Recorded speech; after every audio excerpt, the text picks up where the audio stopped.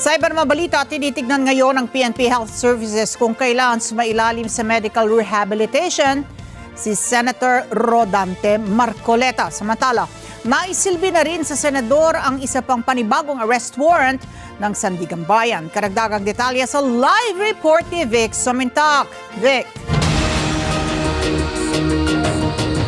Ali, hindi pa madidischarge sa Philippine National Police General Hospital si Senador Rodante Marcoleta. Ayon sa pahayag ng PNP Health Service, mayroon pang mga resulta ng laboratory at mga medical examination ang hinihintay kay Senador Rodante Marcoleta. Kaya mananatili pa rin siya dito sa PNP General Hospital. Hindi pa makakalabas ng Philippine National Police General Hospital o PNP-GH si Senador Rodante Marcoleta dahil patuloy na inobserbahan ang kanyang medical condition. Sinabi ni Dr. Lieutenant Colonel Bellany Bayani ng PNP Health Service ng PNP-GH na maliban sa mild pneumonia, degenerative disc disease, nakita sa laboratory test na mataas ang antas ng kanyang bad cholesterol. Ganon din hinihintay ang resulta ng 2D echo para malaman ang kondisyon ng kanyang puso. Sa ngayon po, nag-aantay pa rin po tayo ng official result po ng 2D echo. Yung mga laboratories na po, meron na po tayo, and ang findings lang po natin doon is dyslipidemia. So for now, yung 2D echo na lang po, yung official result na lang po ng 2D echo, yung inaantay po natin.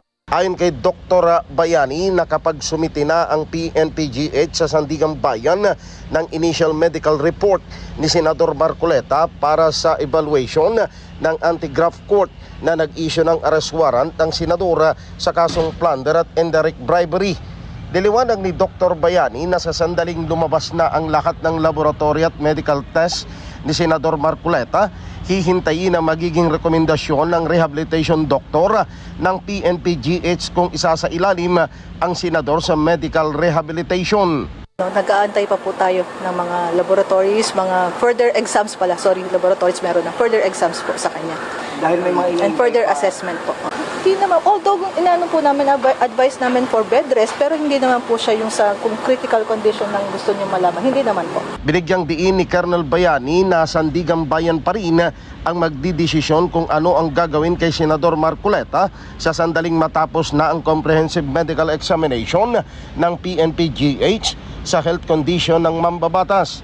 Idinagdag ni Dr. Bayani na hindi naman nakaapekto sa kondisyon ni Senador Marcoleta ang nangyaring brownout sa PNP-GH dahil sa pagputok ng power transformer sapagkat mayroon namang backup na generator power supply ang hospital.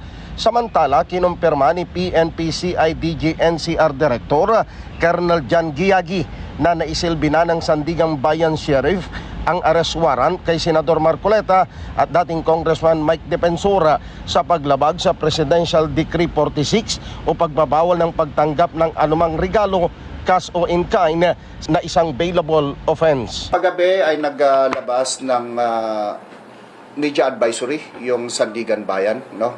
That arrest warrant was issued by the 4th Division for the violation of PD 46 against Michael Defensor and Senator Rodante Marcoleta.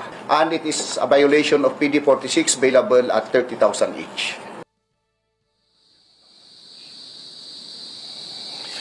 Samantala, Ali, ngayong hapon ay pinayagan ng PNP Criminal Investigation and Detection Group si Senador Robin Padilla para personal na bisitahin si Senador Rodante Marcoleta sa loob mismo ng Philippine National Police General Hospital. Balik sa inyo, Ali. Okay, Vic, isang tanong lamang, dinetalye ba kung ano ang ibig sabihin, ito kumbaga kung ano yung specifics, pag sinabi na medical rehabilitation, para doon sa kanyang mga kondisyon, kasi yung degenerative disc disease, kasi natural sa aging, hindi ba? Kapag tumatanda yung mga, yung nagde-degenerate yung ating mga disc sa spine. Pero dinetalye ba? Ano ang ibig sabihin nito and what will it entail, itong medical rehabilitation na ito ni Senator Marcoleta?